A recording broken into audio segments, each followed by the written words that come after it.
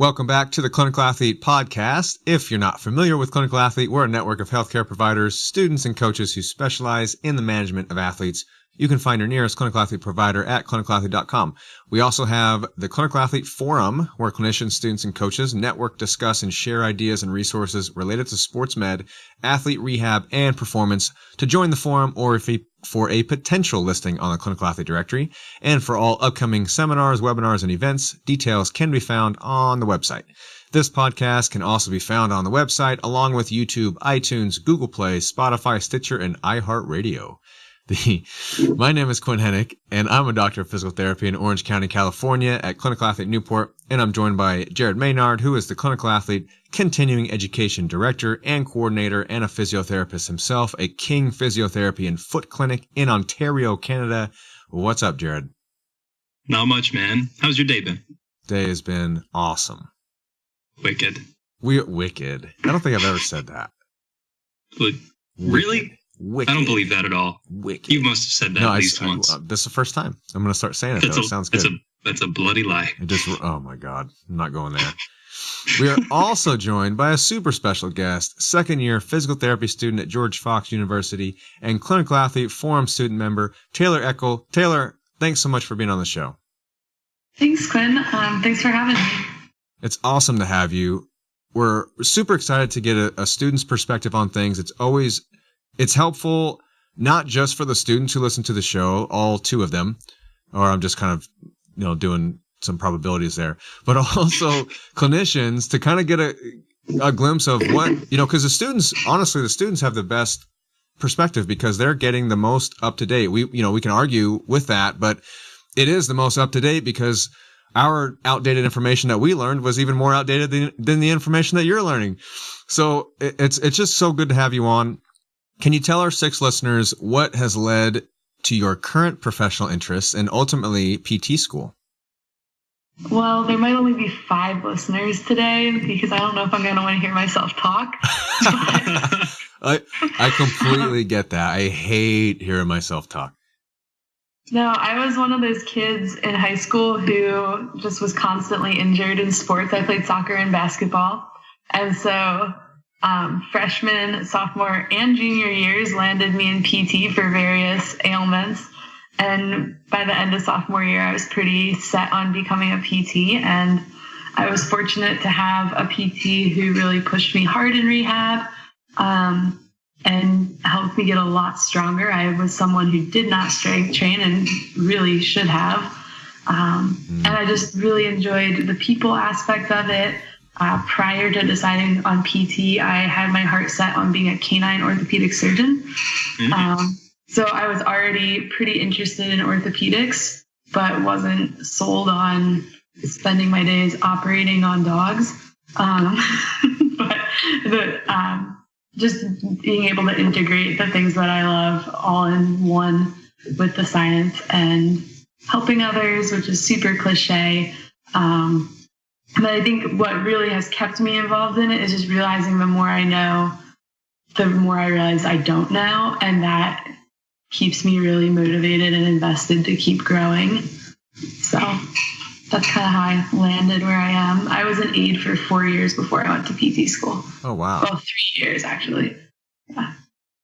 So, yeah, you definitely knew. What were some of the injuries that you had to deal with? Ankle sprain, MCL sprain, and then I had a kind of wonky patellar dislocation where I tore off some cartilage, had this nice little chunk floating around in my knee, tore my medial retinaculum. So they repaired that, and then 2 years ago, I had something similar, a cartilage defect on my right patella that they eventually ended up scoping because I couldn't manage it on my own. And so far, so good. Maybe it was placebo or no better than placebo. I don't know. I knew you were going to, right when you said scope, I could hear the tone in your voice change. Yeah. That's amazing. Well, that's what was funny with that one was for 8 months, I was convinced, I was like, this is a psychosocial thing. It must be. And finally, after having 3 different PTs look at my knee, somebody was like, okay, just get the damn MRI. Let's not forget of the bio part of the biopsychosocial. We integrate these things. So that's great. So the format of the show is Q&A like we've done in the past, but we've got lots of questions that are kind of based on Taylor's experience as a student, and I think it'll be really, really helpful for anybody listening. So, quick disclaimer, some of the questions we receive are regarding specific injuries, and it just becomes impossible to answer some of those. So we'd highly recommend you get it checked out and head over to the directory for a clinical athlete provider in your area, or you can email us at info@clinicalathlete.com and we can try to point you in the right direction. And for other more general injury questions, we always do our best, but still recommend you get it checked out if you're currently injured. And lastly, we always get way more questions than we can answer during any one show. So if we don't get to yours, we may get to it on a future show. So Taylor, as our special guest, we always will let you start the show off. What you got? Okay.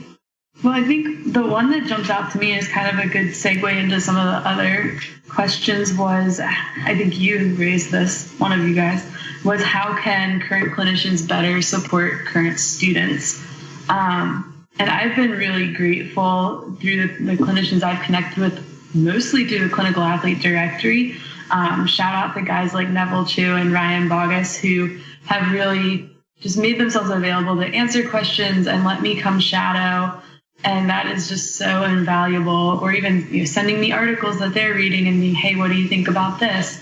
That it's just helps me keep my head in the game when I'm buried in things like neuro and pharmacology that I don't love. Just to remind me that there's more out there and more to look forward to, but also modeling the type of practice that stays invested and stays curious and doesn't get stuck in a rut.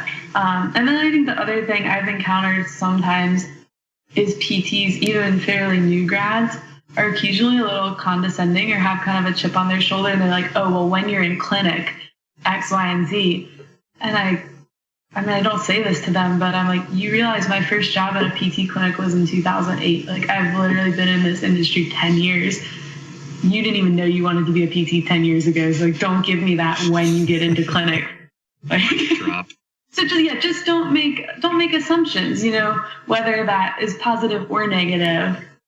And maybe somebody really doesn't know something. Don't assume that they know it. And then, that goes both ways.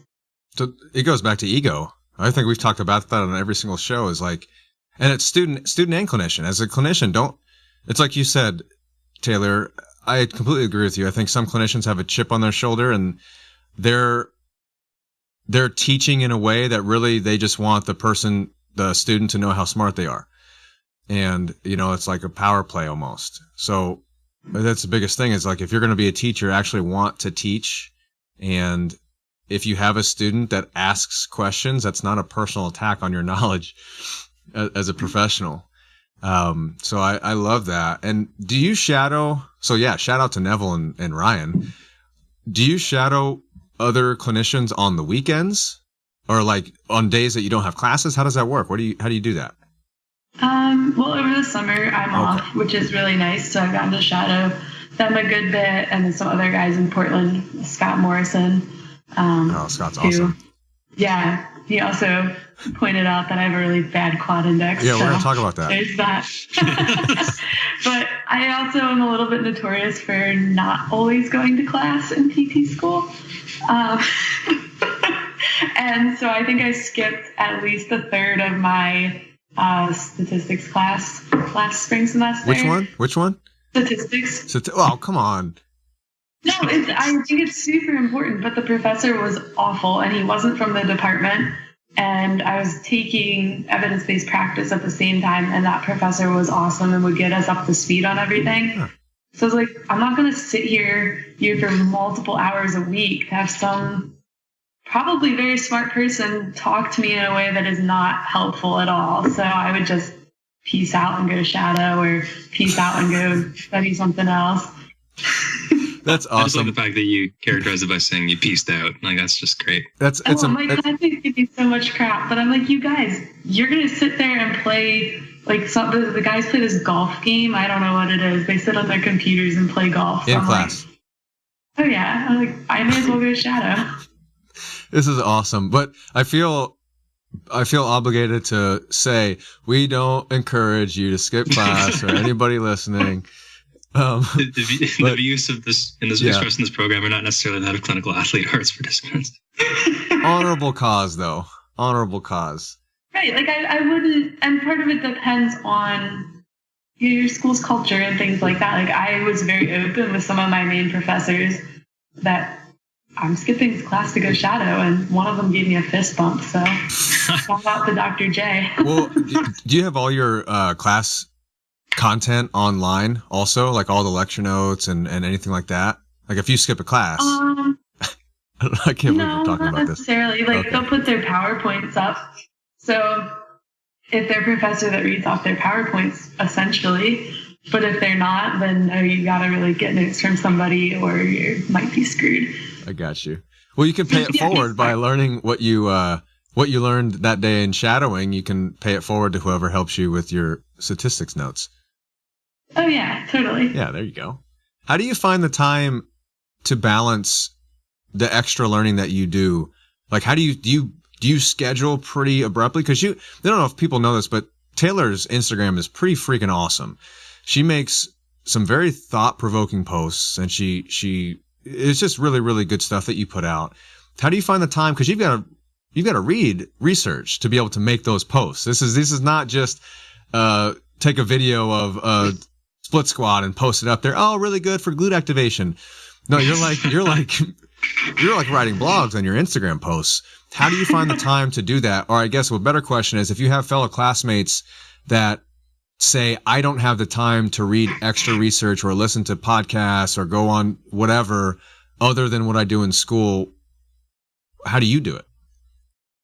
How do they have time to do anything that they do? Like, I don't watch much TV. Lots of people watch lots of TV. I probably, unless I'm going to sit down and watch an entire football game, I probably max out at 1 to 2 hours of TV a week. So that right there gives me a ton of time that maybe other people are choosing to spend in other ways. And part of it too is, I don't want this to sound flippant, but I am very strategic about what I choose to study. And I think I'm pretty good at triaging information as I take it in. And I know some students, not just in my program, but even other people I've talked to, get really bogged down in trying to memorize all the little details. And I don't. And you can be a good test taker and know your shit and not memorize every little thing. Like we were talking before the show started about mentorship, and I was talking about first-year student I worked with a little bit, and she was trying to memorize all the parameters for joint mobilizations for like every single body part. And she was trying to memorize, well, if it's a knee, grade 1, this. If it's a grade 2, this for the knee. If it's for the hip, this. And I was like, okay, if they're going to ask you on the practical, how long would you do this? You'd either tell them, if it's for pain relief, I'm going to do it like X. And if it's for range of motion, with air quotes, I'm going to do it for Y. Boom. That's it. Doesn't matter which joint. And then, grade 1, 2 is pain relief. Grade 3, 4, air quotes, range of motion. And she was floored. Like, that had never occurred to her. I'm like, we just covered in 30 seconds what would have taken hours and hours to memorize. So I think a lot of it comes down to, like, even with orthopedic conditions, you don't have to memorize the signs and symptoms of every single condition. You need to understand what will the patient say in their subjective if it's OA? What will they say in their subjective if it's a capacity issue? What will they say in their subjective if there's some sort of contractile thing going on, which kind of plays into the capacity, or like maybe you need to know a couple specific things like ACL, full thickness rotator cuff tear. But beyond that, don't memorize every little thing. I certainly don't. My grades are fine. But do you have a 4.0? No. Well, you're out. Do you think that, this is a stupid question because I think the answer is going to be obviously yes, but your experience in the clinic leading up to physical therapy school, you were an aide for 3 years. How helpful do you think it was to actually see these presentations in real life. Because when you get a case on a piece of paper, you actually know what that looks like in a real life human. Potentially, I don't know your classmates' background, but other classmates, if not her, when they read a case on a piece of paper, all they see are letters on a piece of paper, and they don't actually know what that looks like. And so I think it's harder for them to not try to memorize all of the details because they don't know that you don't actually need all of those details in a clinical situation. So and now you do more shadowing. So how helpful was that experience and the continued shadowing that you do for that? Yeah, I think that's a really fair point. So I came into PT school with almost 5,000 hours over the course of, I guess it was like 9 years. Oh. Yeah. Is it that long? Yeah. 2008? 2008 to 2017. So yeah. And then I think I picked up like another 30 my first year of PT school, 30 to 40. And somebody asked me the other day, like, I'm not like you. I'm not smart. I have to study. I was like, no, it's not that I'm super smart. I think it's that I've been so invested in this for so long that some things are just obvious. So, But I think that also should be motivating to people that if they are really invested in learning and finding things that interest them and pursuing those things outside of school, that can make school easier too. You're putting reps in. Is it not just putting reps in? Like anything else, Totally. Literally anything else. Yeah. Yeah. I mean, did both of you go straight into PT school from undergrad? I had a year off just because I applied out of undergrad but didn't get in anywhere. So I worked also as a kinesiologist before that title became protected and the college was a thing. But I think similar to what you said, Taylor, like I found that really, really helpful. Slightly less so in terms of having a representation of what given conditions might look like in a person. But I did find it helpful, especially when it came to exercise prescription and modification and that sort of thing. And also in terms of, we had to do our electrophysical agents course, and I could give the spiel for ultrasound and IFC really well. I give a much different spiel these days. No, I've sworn that stuff off. I forget which modality it was for, but somebody made up a mnemonic for the contraindications, and it was DPT, FUC, labs, like LABS. Beautiful. Fantastic. Yeah, I didn't go right into PT school. I worked as a strength and conditioning coach for about a year and a half beforehand. I definitely thought it gave me a leg up in just also the communication aspect of things, like knowing how to talk to a human. It helps if you talk to humans.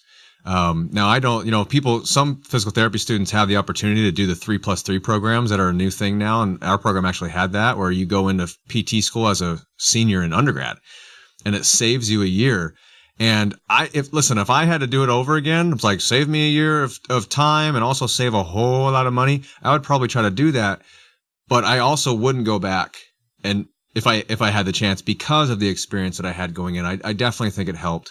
And I could tell the difference between my classmates who worked in the field in some capacity. A lot of them were athletic trainers for a year or two before coming into PT school. And it was just, they had an advantage. There was just no doubt about it.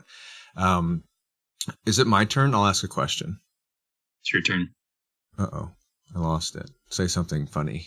I got it. Way to drop. Okay. I just have to bring this one up, Taylor, because I just have to. So Scott Morrison asks, why is Taylor's quad index so mediocre?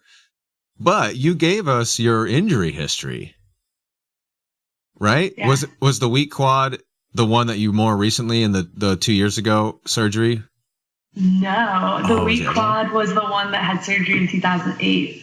But the stronger quad is the quad that I rehabbed myself. Hey, shout out. And I think the other maybe piece of the puzzle is that in 2008, my surgeon told me to never squat ever again. Not that I squatted previously, other than maybe like 10-pound dumbbell squats when I was rehabbing an unrelated MCL sprain. But I didn't squat at all or do lunges from 2008 to like 2016.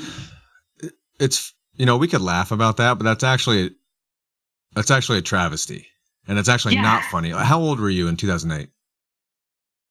16, 17. Okay. So you're a 16, 17-year-old girl just out of a surgery. That was a pretty gnarly, that was a reconstruction. They had to put your medial retinaculum back together. Yeah, I lost so much quad that I lost 2 inches off the circumference of my leg. And for context, at the time, I was 5'7", 115 pounds. And so then here you are, 16, 17 years old. A physician is telling you to never squat again. You're like, damn right, you're going to listen. Because what, right? But then what does that do? It just sets you up down the line to have these issues. Like, how do you get back 2 inches of your muscle? That takes a lot of work. Yeah. Oh, I didn't. I didn't forever until like the past couple of years. Jeez Louise. I'll follow that up with, so now you know. Hopefully, maybe you should email that physician and say, hey, listen, here's some evidence on the importance of muscle mass for injury risk reduction. And also, here's some data and research on the nocebo effect and pain science. You should probably read this as well. I kind of have half a mind to do that. I think that you would. If anybody would do it, you would do it. Yeah. Okay. That's my cop out of an answer for Scott. All right. It's not your fault. I'll ask a real question. What did you do? Hold on. Sorry. What topic do you have you met the most resistance with when discussing with your peers? We could also include your professors as well, but just be, tread lightly there. But what's a topic in school that seems to be always a point of contention between you and your colleagues that you talk about? If that makes sense. Yeah, that's a tough one for me because my program is very progressive. Good. Yeah, so I'm really grateful for that. So I think sometimes maybe it's more of the two things I see. One is a gap in language, coming from the perspective of strength and conditioning, and my professors for the most part are very pro loading, very pro making sensible choices in rehab. So I got into a discussion in cardio palm about different levels of intensity of training. And when I said high intensity training for stroke patients, the professor kind of saw red and started talking about orange theory. And I was trying to reel that back in and talk about how intensity is relative to the individual. And we have data that the average max capacity of a person post CVA is 3.5 METs. 80% of their max capacity is going to be really, really, so 3.5 METs is ADLs. So maybe they're doing, the example I gave was elevated sit to stands fast. Not orange theory. Right, not orange theory. Also, and then he started talking about HIIT training. I was like, orange theory isn't high intensity interval training. It's just this try and make yourself feel miserable and tell you're going to burn lots of fat and prey on women's insecurities training is what it is. It's not actual interval training. So there's just this whole mismatch in the words we're using and the fact that they have actual meaning and there is data behind them. I run into that, or I'll say things about strength training, and a couple of times professors have kind of dismissed it as gym science. No, we're talking about the same things. We're just using different words, and my words are probably more standardized than yours in this particular instance. Other than that, I'd say I think classmates are pretty open to discussion and bouncing ideas around. We had this really lively discussion outside of class recently about closed chain versus open chain post-op ACL, and I feel like people brought good ideas to the table, and we're open to discussion, and I really appreciate that about my classmates. That's awesome. What about on the internet? I mean, you're obviously pretty active on that. What's your experience been in general? I think the biggest two things I get pushback on are posture, which somehow people always miss the point that, yeah, maybe you do need to modify load by avoiding certain postures if it's provocative for a period of time. That message seems to be lost on a lot of people. And then the other thing, interestingly enough, is issues of motor control and anything remotely neuro-related. I think people maybe don't have an appreciation for how vast our nervous system is and how much you have this interplay between incoming input and interneurons and descending modulation.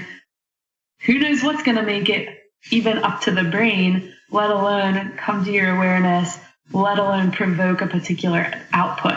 And people get hung up on this idea that, oh, if I do this input because of this fancy sounding scientific term, I'm always going to get this output, and it's that simple. Like, no, you just made shit up. Like, don't give me that. And then they're not open to discussing it. Like, I'm trying to say, let's respect the fact that this is really multifactorial. And I think the same could be said of pain. Yeah. What was the last instance of you trying to have a productive discussion relating to motor control that went sideways? I'm trying to remember which post it was on Instagram, but this guy kept like DMing me about it, and I finally just stopped replying to him because then he told me I had too much of a student mentality. What does that mean? Regurgitating what I've been told. I was like, this conversation is over. I didn't say that. I just didn't reply. I think it was about, our tight muscles really weak. Was the title of the post that I made. And I was basically saying, yeah, strengthening muscles that feel tight often feels good. That doesn't mean we can say that they're weak, was the basic premise of my post. And he was going off about the law of reciprocal inhibition or something along those lines. Oh boy. That's actually been, okay. I can give you a paper that has been debunked in like right. Well, 2012. I know that too. Yeah. But I have too much of a student mindset, Glenn. It always comes back to people wanting black and whites. It seems like, especially like as a student, I think you're an anomaly.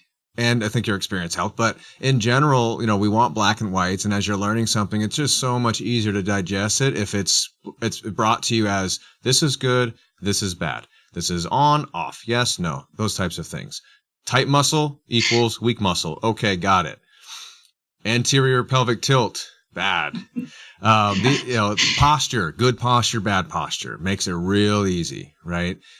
But it always comes back to thinking and understanding that there is nuance with it. And it sounds like you actually have a really, really good program and great classmates to bounce ideas off of those. And I think that's fantastic. I think we hit that question pretty good. Jared, do you want to hit the next one? For sure. I also want to say that you can keep your nuance. I'll take my easy to digest check marks and red X's on Instagram. Thank you very much. After about 6 p.m., I can't go on social media because I'll say something real stupid. I just can't look at my explore page after a certain point. Decision fatigue is a real thing. Oh, yeah, absolutely. All right, next question. So Druv Singh wants to know what you think would be good steps post-undergrad to take if someone's wanting to move towards PT school. And the second part of the question is what should people do and not do for the application, as well as for mentally preparing oneself for the interview, as well as school itself. The third part is what do you do if you don't get in? Well, I think we've kind of hit on a big part of that is get some relevant experience, whether that's as an aide, whether that's as a strength and conditioning coach, personal trainer. I did the latter as well as being an aide. But I'd also say don't base your impression of physical therapy just on the experience you get as an aide, because there's so much more out there and there's so much variance between settings. I've worked some really crappy places And I've worked some really awesome places as an aide, to just kind of take it all with a grain of salt. And it's all just information coming in that maybe you don't have a way to categorize it yet, but it's something you can draw on later. So that's also what you can do if you don't get in, is get a job, get some experience. Just some things to consider with the application. Definitely have somebody, or even multiple somebodies, read your essay. Make sure that grammar is really good. Make sure everything is on point and concise and organized. And look at the school's mission statement. Now, if you're doing PT-CAS, you can't customize every single essay, but maybe go look at the APTA core values or something along those lines, and then look at your resume and what you're interested in and see where the overlap is, and really highlight those things. But don't just talk about like things that you like. Talk about what you've done. Like we talk about making goals actionable, and this is more reflective of what have you already taken action on to show that you would be a good PT. And that, I think, is also true when it comes to time to interview. I mean, you can Google typical interview questions and kind of mentally prep for that, but be yourself. Know the school. Like, if you haven't read the website, every single page of the school's website before you go to the school, you're probably going to say something dumb. Don't do that. And also, like, give yourself some license to ask questions, even in the interview. I remember I probably asked like 5 different questions of the panel that was interviewing me. Mm-hmm. And I think that just really helped the dynamic feel less like I was sitting in front of a firing squad, and more like, hey, these are people who will potentially be my mentors. And you want to end up somewhere where you'll be, you want to get your license, but ideally you'll also be building a network and learning from people you respect. It's really cool you brought that last point up, because I was thinking about that just recently in relation to job applications. It used to be the case where going through the application process, you'd inevitably get to the interviewer asking, do you have any questions for us? Or for me, or whatever. And I might have, I think I stole my dad's stock question of, well, in 6 months, how will you know that you made the right decision? Which is, whatever. But recently I was thinking about, how could I ensure that if I end up getting offered the job and I end up taking it, that's where I want to end up and where I would fit in, not just in terms of getting along with personalities, but what is this place about, whether it's a place of work or whether it's a school, and does that jive with what I'm about? And can I see this being a really good fit? So having the courage to ask some questions, not like just good, honest, clarifying questions or those sorts of things, I think probably from the perspective of the interviewer helps them to recognize that you give a damn about where you're going to end up. And maybe, I can't speak to that, but maybe that helps act as another differentiating factor between you and the other people who are interviewing for that.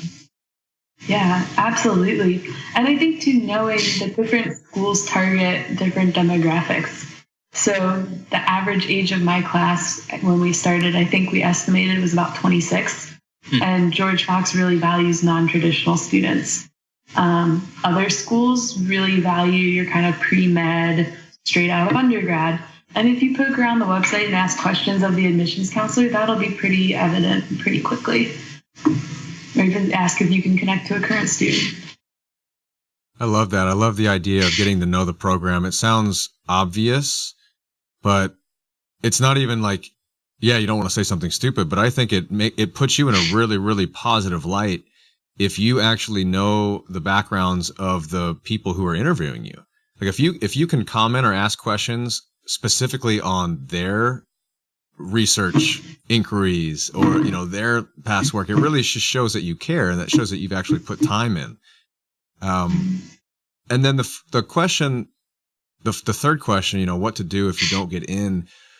My thing is, obviously you have to reappraise things. You have to decide if you are able to take another year and try again, because that's ultimately it's another year of your life that you're pushing back a little bit. So that's kind of on you to figure out if you can swing that. But if you decide that you can, I mean, you just got to put your head down and try it again. I mean, the second time around, I would think that resume is going to be even more robust. You're going to have more shadowing hours under your belt. You're going to have more experience. I think even the fact that you're trying again, I don't think that's a black mark on your resume. I think that's a fact that you want it.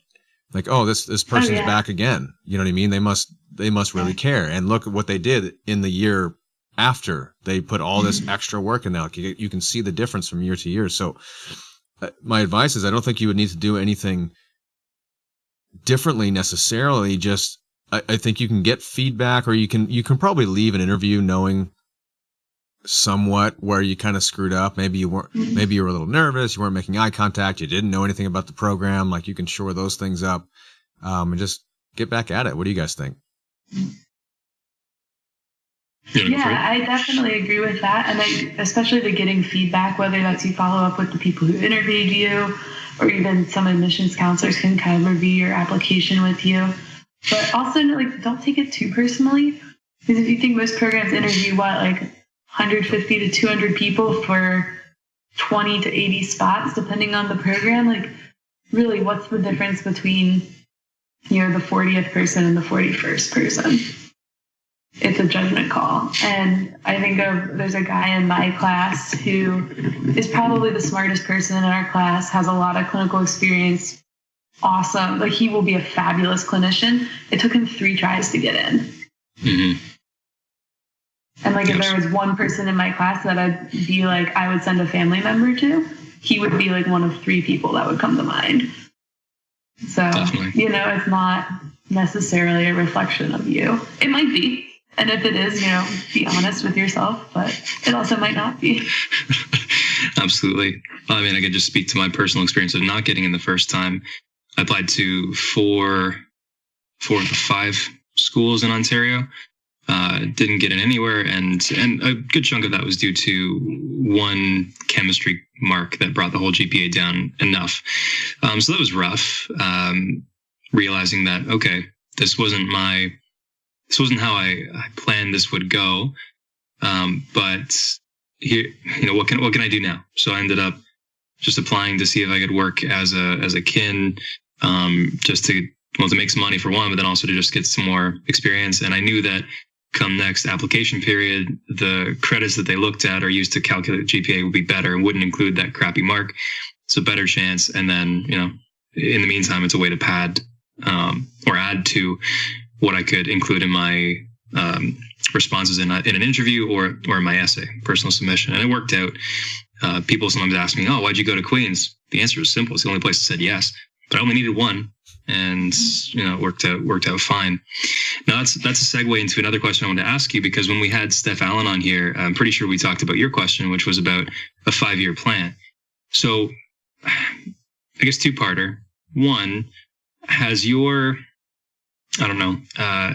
journey so far in terms of PT education, has this played out similarly to how you might have thought it would if we went back in time a few years? And then the second part is, what are your thoughts or plans for the next 5 or so years? Yeah, that's a good question. Sometimes it's hard to look back and pick a spot in time and be like, oh, from this point, because I've been pursuing this for so long. But I think for the most part, it hasn't some background noise. It hasn't quite played out the way I expected, in that I think in high school I assumed I would go straight into PT, but for a variety of reasons I chose not to, which sometimes I regret because I would have graduated a while ago. But sometimes I am also really grateful for that experience. So that definitely resonates. I know you guys talked about things not going the way you expect. I've also considered that, kind of done the dance of residency versus no residency, and haven't reached a firm decision on that, but leaning probably not, at least in the short term. But I know where I want to end up long term, and I want to be teaching and still be practicing. So whether that will mean a PhD down the road is possible, and definitely something I'm very interested in. Whether that means a residency or not residency and just taking the OCS, SCS, something along those lines. But it's kind of hard to know. Right now, as a second year, how do I want to get, 20 years from now? I know I want to be a teacher, but I don't really know exactly where I want to end up 2 years from now. Yeah. I think that's good. Keep things flexible. Yeah, I want to be treating patients. I want to be learning. I want to be somewhere where I'll be challenged and have, mentors really accessible. Have you started thinking about where you're going to work? Or are you just like not even? Yeah. Oh yeah. Good. Yeah, I've had some conversations with people about that specifically, and I think I know where I'll land. See what That's networking wicked. does for you kids. You be proactive. You got. I think I'm up to 7 job offers. 7. Oh, You lucky dog. I mean, great, mostly unofficial, but still. that's It's a great good though. start. I rescind Yeah. mine. That make it 6. You wish you would have jumped on that bandwagon sooner. Hey, Southern California. I don't know. I'm pretty attached to the mountains up here. I hear you. The Northwest is beautiful. The rain though, man. It rains. It rained like last week. Everybody was pissed. Does it rain in Canada, Jared? No, it's always snow and ice. Oh, there you go. Frozen rain. Yeah. Flaked rain. But every snowflake is unique and beautiful. Like me. All right. Here's a good question. Actually, no, it's Taylor's turn. Oh. Yeah. I think it was By the Jordan script. Tangston asked what to look for in ACL prevention programs. Just interesting side note, one of my classmates went to undergrad with Jordan. Talk about in Guam. Talk Wow. about a small world. That's Wow. awesome. Yeah. And then they didn't know they knew, like, that they both knew me until one of them mentioned, like, a PT student that they follow on Instagram. And anyway, then they're like, oh, wait, you know her? Oh, what? So that was, like, kind of a cool moment. But first of all, I would say, like, you guys probably would agree with this, try and use the language risk reduction as opposed to injury prevention, which risk reduction doesn't sound as sexy, but oh wow. More syllables and more work to say. That's what I hate about That it. is rarely sexy. But anyway, I think just some big ticket items that we know is strength training matters, energy system development matters, and that I think is where we have an opportunity to get sport specific, not in how the movements look, but in terms of the demands that we're placing on the system. So energy system development for soccer is going to be really different than basketball versus volleyball. Soccer is going to have a lot more aerobic capacity. Is everybody okay? Yeah, I don't know what my roommate's doing. Hi, roommate. Yeah, so just the energy system development, general strength training, and then allowing movement to emerge as opposed to trying to micromanage. Oh, OMG, your knees caved in when you squat, so we're going to tell you, think about pushing your knees out whenever you land from a jump. I'm sorry, that's not how sports work. Sports are very reactionary. Sports are not internally focused. If they are, you're going to be screwed.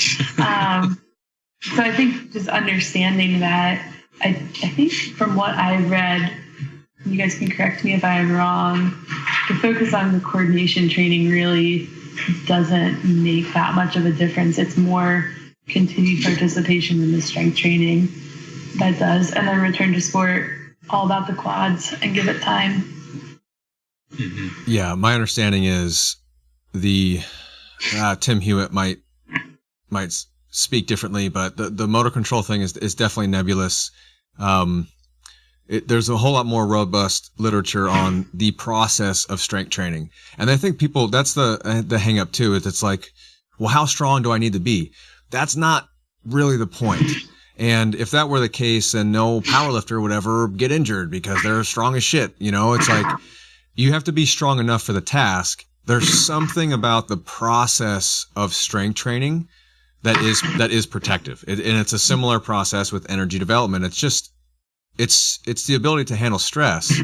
And so the process of training your tissues in that way to handle more stress over time and against, progressive load and impulse, if we're talking about return to sport, we're trying to put some impulse into it, then there's something to that. And then you use sport itself to then use those attributes that you develop in the gym. So that pendulum swing of sports specificity training, other than just doing the sport, it's tough. It's tough to wrap, well, should I train my knee in valgus the way that I'm going to do it on the soccer field? You could also just go play soccer, and do the drills and then get really brutally strong as you can, in those positions in the weight room. So I think you hit it on the head. I also don't think we have great means of injury risk reduction, and certainly not of prevention of really anything. And then you said something else there. You said something about the quads, which is weird because don't you know, Taylor, that it's really all about the hip. Any knee problem is a hip problem. Everyone knows that. Another example of the pendulum swinging way too far, and we can see it. I know the question is about prevention, but we can see it in literature of post-op rehab in ACL, how important the quad index is, and how predictive it is of re-injury if we send them out too soon with a quad index that's pretty low. So Taylor, you could speak on that firsthand with your quad index. Yeah, I might not forgive Scott for bringing that up. I'm exposed. Also, too, just keeping in mind that just because something is predictive of injury doesn't mean it's causative. So, yes, there's a correlation that, if you land a 30-inch box depth jump, landing with knee valgus is predictive of higher risk of injury. Teaching somebody to pass the test is not inoculating them against injury. And I think you see that a lot post-op with the hop testing. Clinicians drill it and drill it and drill it. It's like, no, that's not the point. The point isn't to make them good at sticking a landing with a hip strategy, because that's actually putting their knee in a more vulnerable position than letting them go into a lot of flexion and valgus. You're not going to tear your ACL at 50 degrees of knee flexion with a valgus moment. You're going to tear your ACL with a little valgus moment at 5 degrees of knee flexion. Mm-hmm. Yeah, in regards to movement, I would say that's the cue that if anything, that I can help somebody move differently to try to reduce the risk of them tearing an ACL, which happens in like 1/100th of a second, is try to land with your knee bent a little bit more. And then you'll probably be fine, because most ACL tears happen at 27 degrees or less of knee flexion. Mm-hmm. And it happens very, very quickly. But what do you have to land in a deeper squat position? You got to have quads. So you got to be strong. So it really just comes back to that. And before I forget, I'm sorry, Jared, I'm cutting you off. I just read an article, or didn't read it, but it was reminded of me today as I was working through a project, is a systematic review on strength training. And it's just for reference for people. It's titled The Effectiveness of Exercise Interventions to Prevent Sports Injuries. They use that word. A systematic review and meta-analysis of randomized controlled trials. The lead author is Lowerson, and that's from 2000. It's recent. Or a semi, but it was 2014. But the conclusion was strength training can help to reduce the risk of injury. So if you want some evidence to back up your claim, there's a good one. All right, I'm done. This is where you should put in a plug for the forum. Be like, I'm going to post this on the Clinical Athlete Forum. And I'm going to post this article on the Clinical Athlete Forum. That was a great alley-oop. And then we can discuss it. Thanks, Taylor. That's awesome. Talk. Thoughts? My thoughts are that it sounds like more jacked, mo better. That's all I got for that. Don't tell a 16-year-old girl to never squat. Yeah, absolutely. What do you think? Do you want another? Yeah. Let's do... Whose turn is it? It's my turn. how can PTs or any professionals, I guess, better support you as a student, both in person and via social media?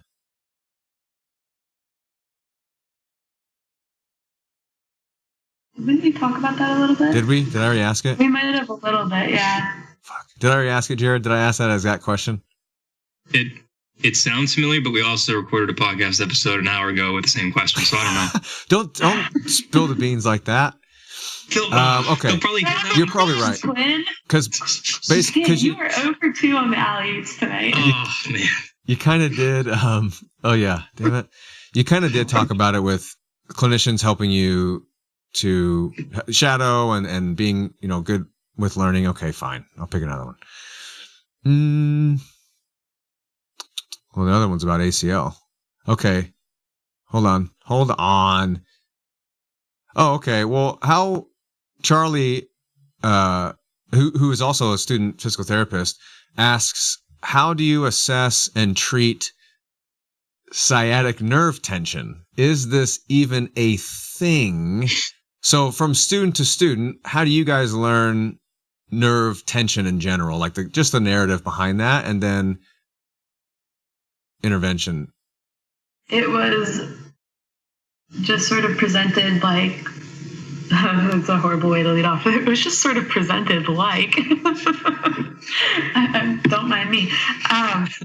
I think our professors didn't make that big of a deal about it. It was, if you need to bias it to the peroneal nerve, you do it this way. If you want to bias it to the tibial nerve, but there wasn't really any narrative surrounding it. It was more of as here's an assessment you can use, and then here's how you do nerve glides to treat it. But I would say, just zooming out, are we talking about symptoms versus findings, right? Because you can do a neural tension test on somebody and it might be positive, but I haven't seen any data, and I did a cursory search of PubMed on, specificity versus sensitivity of it. And, even if it is, say, a very sensitive test, doesn't mean anything if it is positive. So I don't know. I'm not super hung up on it one way or another. Now, if somebody's having symptoms where they're near end range and they're getting that nervy sensation, yeah, you'll want to rule out the spine. And then I'm fine with giving somebody nerve glides because it's keeping the locus of control on the patient. But I think I would present it in a very casual way, like, okay, here's this technique. If it feels better and relieves your symptoms, it's an option that you can do throughout the day. And if it isn't working for you, we'll move on to something else. I don't know. That's kind of my response. I also would add to this whole idea of neural tension. I know I've seen a study a while back. This was probably 3 years ago that I read it. It's a PT I worked with gave it to me that was talking about excursion of the median nerve in a cadaver, sliding versus tensioning techniques. And okay, so we've seen that, but that still doesn't really give us much about a hypothesis of, do nerves get quote unquote entrapped? Do they need to be freed up? The whole premise is very much unverifiable in my mind. So, well, that would be the same as taking a cadaver muscle and pulling on it and saying, oh, look, the muscle pulls a little bit, the muscle stretches a little bit, so stretching must then be the intervention that I'll use on this real life human. So, but clearly it's okay if we pull on the IT band to show people that it's strong and the foam roller won't do anything. Totally. I could hang you by your IT band and that shit wouldn't stretch. The nerve gliding is interesting.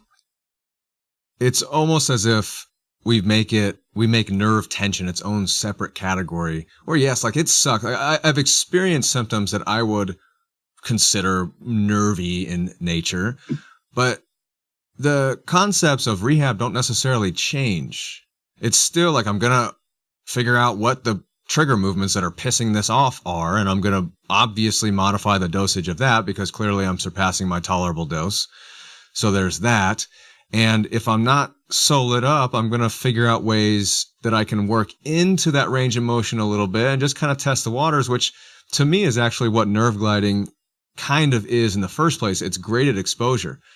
Because I don't, if a nerve glide is a provocative test, a provocative assessment, and then you immediately turn around and now Nerve Glide is your treatment, that is a form of graded exposure. That's not necessarily, you're trying to work into their symptoms a little bit. So we do that with anything. We do that with tendinopathy and other types of stuff, with back pain, with deadlift, and just kind of see what you tolerate. So I don't think it has to be so regimented the way it's taught. Like you mentioned, if you want to bias the peroneal nerve, you do it this way, that way, these types of things.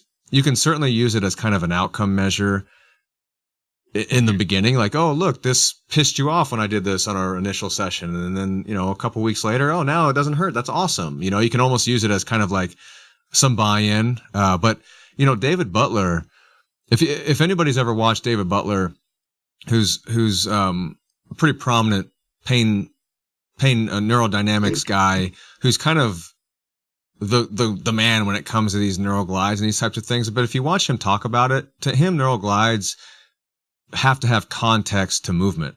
He's actually got a lot of YouTube videos where he's doing these what look like really weird dances, but they're like, he calls them nerve glides, and they're like, he makes it fun. He like makes it a dance, and it's like the patient who is currently in pain is like laughing while they're doing it, but it's also still exercise. You'll get the same nerve excursion doing it that way as you will doing it for 3 sets of 10, real boring laying on your table. So I'm kind of with you. Like I've prescribed what people would consider nerve glides, but it's really just kind of like, oh, this hurts. Well, let's see if we can work into it a little bit and desensitize that. And in the meantime, we'll address other factors that are probably more of a contributor, because I'm confident that Mother Nature is going to calm this thing down naturally. So a lot of it comes down to reframing as well. Jared, what are your thoughts? Basically the same as both of you. I'm a fan of using nerve glides, just try to get a foot in the door. And I can think of a few patients offhand who came in with some nerve type or nervy symptoms that were radiating down the back of the leg into the foot.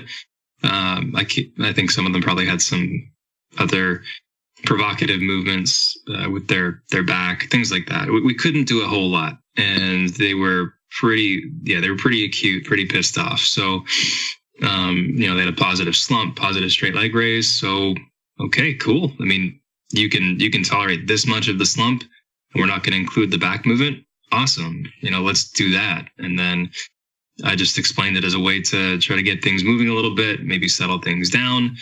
And again, just to steal both of your words, just to use it for now as a way to get the body used or to do what was appropriate, to load them in the way that they could handle now, with the expectation that more would come that would, be different, and probably more meaningful, look more like the stuff they actually cared about doing ultimately.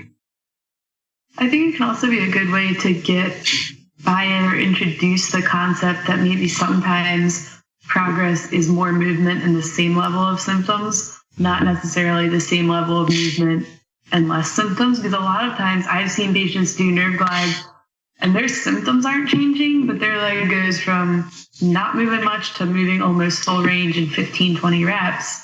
Yeah. And they can see whoa, my leg's moving. Yeah. And yeah, it's like still, 3 or 5 or whatever out of 10 if you were to ask. I don't know, I try not to ask.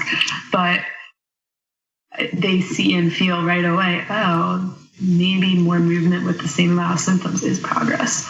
Yeah, and I love jumping on that opportunity. I think I probably end up being really annoying to some of my patients, be like, oh, that's, it's the same pain, but it's more work relative to that sort of objective improvement. And I think that's a good jump off point to maybe reframe the idea of, when it comes to their meaningful activities, maybe we don't have to necessarily be pain-free. It'd be great. Obviously, it's fine to want that.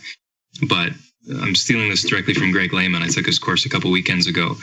He was saying he likes to ask, what would you be doing right now if you weren't in pain? And then, how would you feel if we got you back to that thing or those things and you still had pain? Would that be enough? Or what what else would constitute a win other than being pain-free? And if it's appropriate, you could talk about how, I don't know if you have to say that not everyone becomes pain-free, but maybe phrase it in a way that, again, just absence of pain may not be necessary for someone to perceive that they're getting better, or that they're where they want to be. Maybe it is, depends on the person and how they're viewing it. But if you can try to have that conversation early on, it probably makes things easier throughout the whole rehab process.